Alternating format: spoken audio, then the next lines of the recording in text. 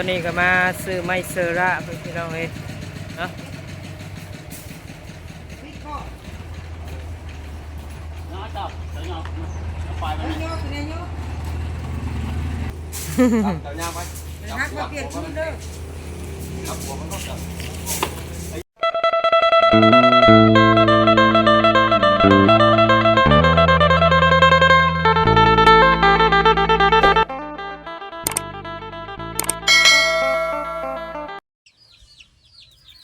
กับทักทายสบายดีเด้อพ่อแม่พี่น้องFCเบิร์ดสุขุสู่คน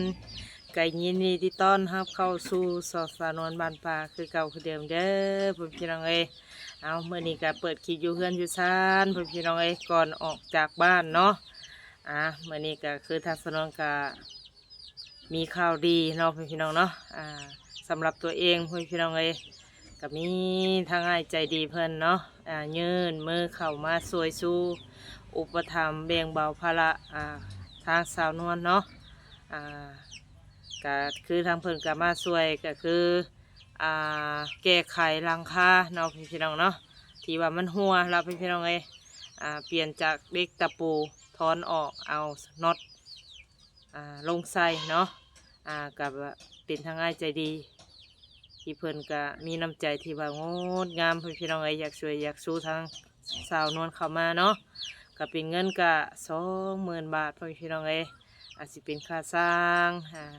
ค่าซื้อไม้ซื้อราเนาะแล้วก็สังกะสีจอมบ้านนะพี่น้อง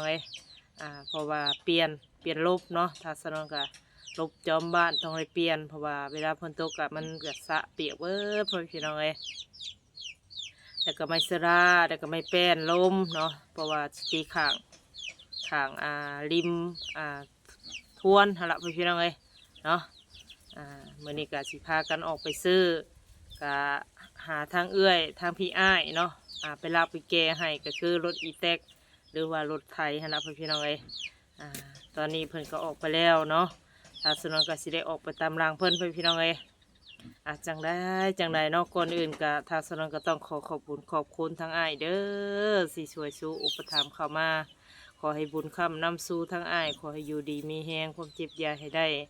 ความไข่กยาให้มีปรารถนาสิ่งใดก็ขอให้ได้สมความปรารถนาได้ตั้งใจเนาะสิธุรกิจการค้าการขายยังก็ขอให้ราบรื่นหาบ่พอได้ก็ได้หาบ่พอมีก็มีเนาะขอให้ร่ำให้รวยขอให้เฮงปังเด้อเนาะสาธุพี่น้องทางสนองก็ดีมุกดีใจเนาะเพราะว่าตั้งใจมากก็โดนนานระดับพี่น้องว่าสิแก้ไขหลังคาเนาะถ้าบ่ได้หลังคาไม่ก็สิแก้ไขแบบว่าบ่ให้มันหัวละพี่น้องเนาะทางสนองก็ดีมุกดีใจเนาะมาหอดมื้อนี้ก็ดีใจหลายพี่น้องทางสนองก็สิรีวิวให้เบิ่งเนาะหลังจากแต่ผู้ละมาแต่ซื้อของพี่น้องน้องทางสนองกาสิพาพี่น้องFCไปเบิ่งไปชมพุ่นละเนาะที่บอนซื้อเครื่องซื้อของพี่น้อง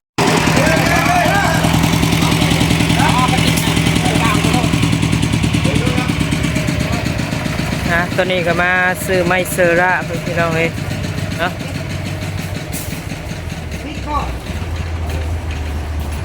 จับเดี๋ยวเนาะไปไหมเนี่ย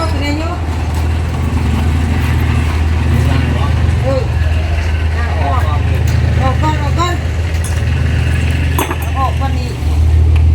เลยป่ะบอกเลยว่ามันก็เป็นยังโอเคบอกว่ามันเพลนอะไรดังกะทิเอามาข้างนี้เลยข้างนี้หลักมาข้างนี้นี่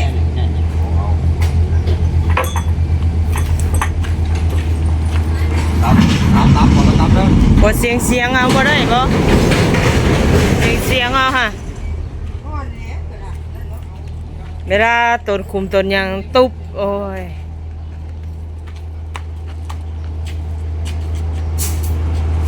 ยันเดียวเลยยันแต่ฮะ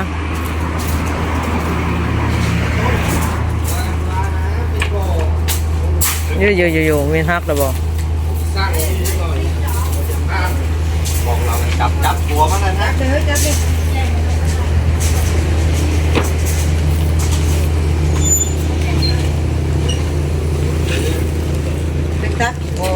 3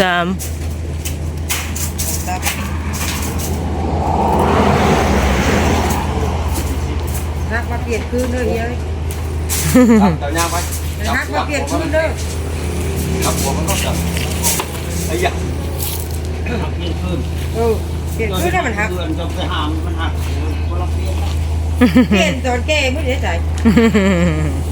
เจ้าหัวชงติ เจ้าลงอยู่ ได้บ่ มาได้หาเฮียเชือกมาเฮ้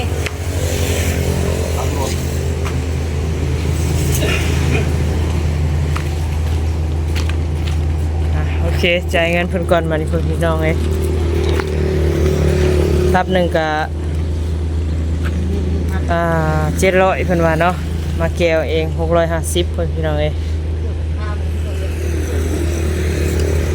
มันก็สร้างผลิตเนาะมันก็สร้างผลิตเนาะ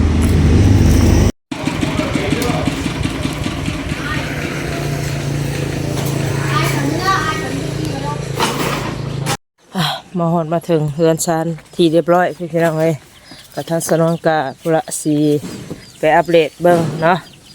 ก็คือมื้อนี้ก็ซื้อลบหญ้าก็เริ่มปรุงแล้วพี่น้องเอ้ยก็เอาไม้สระลงพักผ่อนจังน้อยเนาะซอยกันหามบ่มีมือกล้องก็บ่เลยอัปเดตถ่ายพี่น้องเอ้ยโอ้หมูทางสนองก็ได้จุงใส่เพิ่นอยากกิน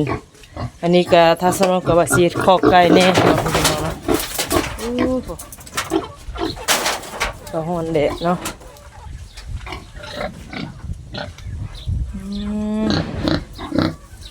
อยากแล้วพี่น้องเอ้ย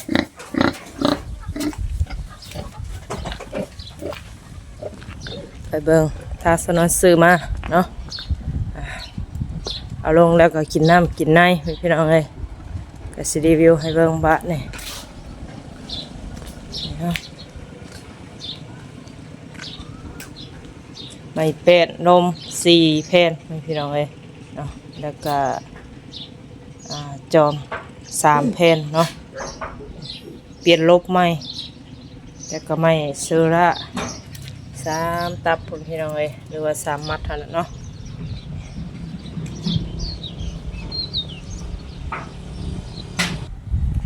ก็ถือว่า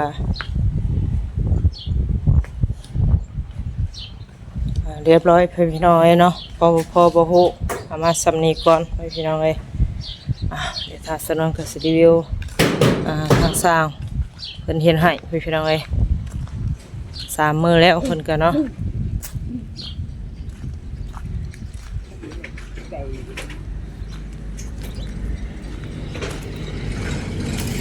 นี่ละมันหัวพี่น้องเอ้ยพวกเขาเพิ่นก็เอาเสื้อเนาะสร้างก็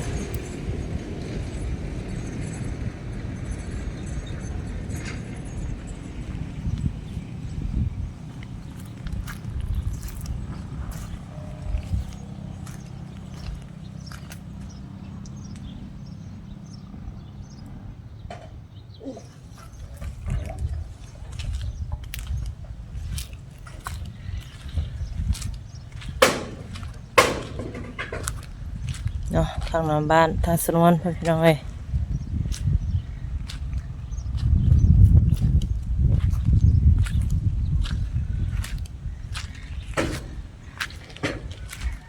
โอ้ทำเพิ่นก็เอาเสื้อผูกเอาเน้นอยู่บ่เสื้อผูกนี่ มัดคักอยู่บ่เสื้อค่ะโอ้100%เนาะมันระวังเด้ออย่ามันลื่น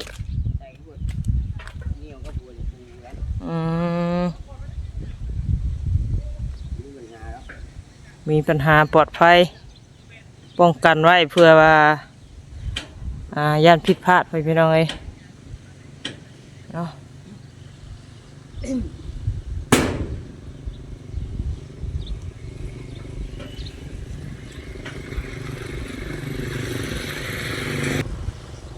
กระทางเมื่อบ้านสาวนวลเนาะเขาทางบ้านโคกใหญ่เก่าเขาเดิมพี่น้องเอ้ยเนาะทางนั้นก็เฮ็ดเฮือนเฮ็ดซ่านทางนั้นก็พี่น้องเอ้ยสร้างเต็มอยู่เนาะเฮ็ดเฮือน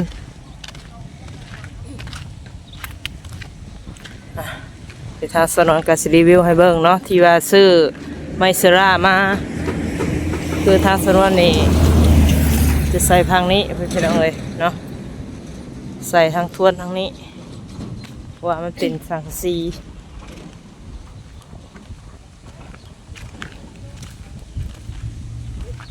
สังกะสีมันดอกรอไปแล้วเพื่อนๆเลย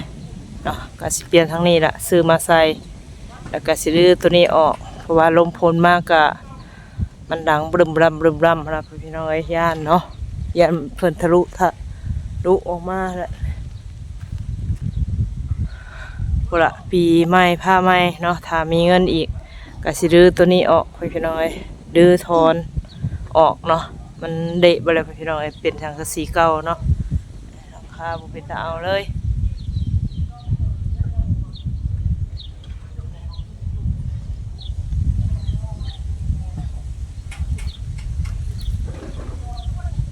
ก็เป็นไม้พี่น้องเอ้ยเดะตุ้มเปะหั่นล่ะเนาะมันดอกล่อไปเลยแล้วก็ปวกกินแน่ปวกขึ้นตามต้นเสา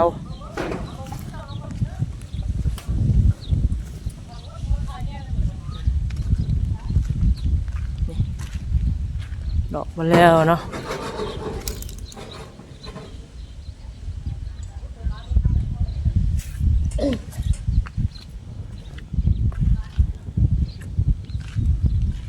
วันนี้มีลมแน่พี่น้อง จะมีบ่ ฮะ เปิดจะมีบ่ ได้ไรก็ อันเปิดขี่จะมีบ่ โอ้มีอยู่ เดี๋ยวค่อยตัวไหนมันที่เขาตกขี่ก็สิมากเนี่ยนะ โอ้มีเดี๋ยวค่อยสิเอาให้ใช่ละเพิดสีแดง เอาให้เร็วเลยเร็วตาเร็ว โอ้ได้มากเนี่ยเลย เพื่อว่าแบบว่าทางสีมันแบบห้าทอนตะปูแล้วมันสีหันบ่โอ้เดี๋ยวสิไม้ไว้เถื่อว่ามันหัวมันยัง มากเนี่ยเลยเวลาเขายิงนะ โอ้ ต้องยิงจุดเลยเบิ่งอาการมันขี่เรื่อยๆเลยเขากด อย่ามันหัวมันซึมลงเนาะ เงินนะ อืม เลี้ยวก็เลยต้องไล่เก็บเงิน ตะปูยังอันนั้นอยู่บ่บ่อื่นเจ้ายังพอใส่ได้อยู่บ่ ไป ตะปูน็อตยังหลายอยู่บ่ ยังสูงบ่ บ่เบิดสุดท้าย เดี๋ยวได้ยังที่ตอนบ่ายเรียกว่าขึ้นมาแล้วก็สิสูง โอ้ได้พอดีแล้วค่อยซื้อออกมาเลยมื้ออื่น ฝั่งนี้ก็เบิดแล้วเบิดแถวนี้ก็ส่งไปเอาทุก บ่แล้วกะพายหนึงตกอยู่300กว่าน็อตเนาะ ๆ โอ้300กว่ามันนี่เพิ่มประมาณเท่าไหร่จ้ะวะ4เนาะ4เดือบ่เดือก็บ่เป็นหยังเนาะใส่ขอบแคบนำมานี่แหละ ไปอยู่หมดเลยนะมันเอามา 4ถุงเนาะ คุณน่ะของกระโปงบุ้มมันเหมือนยัง200 300 อ่า เราบ่ยิง ซื้อมาเพิ่มเติม4ถุงถุงละ100ถุงละ100อันเฮ้ยพี่น้องเอ้ยถุงละ200เนาะเป็นเงินละ200ถ้าเป็นน็อตละ100นึงเนาะห่อประมาณทางสนองก็ไปซื้อเมืองก่อนค่ะห้านนั่นก็บ่มีห้านนั่นก็บ่มีไปเรื่อยๆพี่น้องเอ้ยเนาะกระเด็ดเริ่มอ่อนแล้วล่ะพี่น้องเอ้ยบาทนี่สามกะเริ่มเฮ็ดเนาะความร้อนผักเสริมผักหอมหยุบไปเลยพี่น้องเอ้ย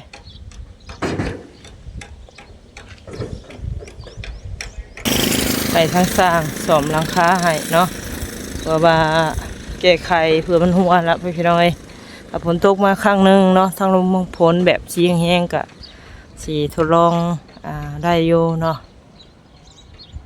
ทางเพิ่นก็แบบว่าบ่ได้ใส่สวรรค์เนาะเอาใส่ด้วยมือ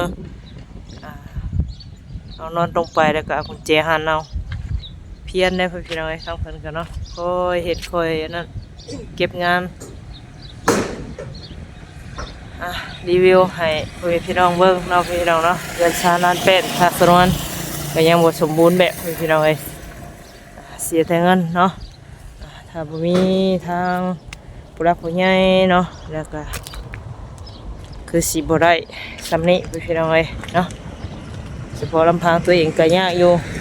ทาสนวนก็เลยควัน หาเงินคนเดียวให้พี่น้องเอ้ยเนาะเอาจังไรคลิปนี้เนาะทางสนุกก็สิได้ขอจบคลิปก่อนเด้อพี่น้องเอ้ยฝากพ่อแม่พี่น้อง FC เบิร์ดสุขสุขคนอย่าลืมกดไลค์กดแชร์และกดติดตามให้ทางสนุกนี่เด้อพี่น้องเนาะเพื่อมีกำลังใจสู้ต่อสำหรับคลิปนี้ไปแล้วขอกล่าวคำว่าสบายดี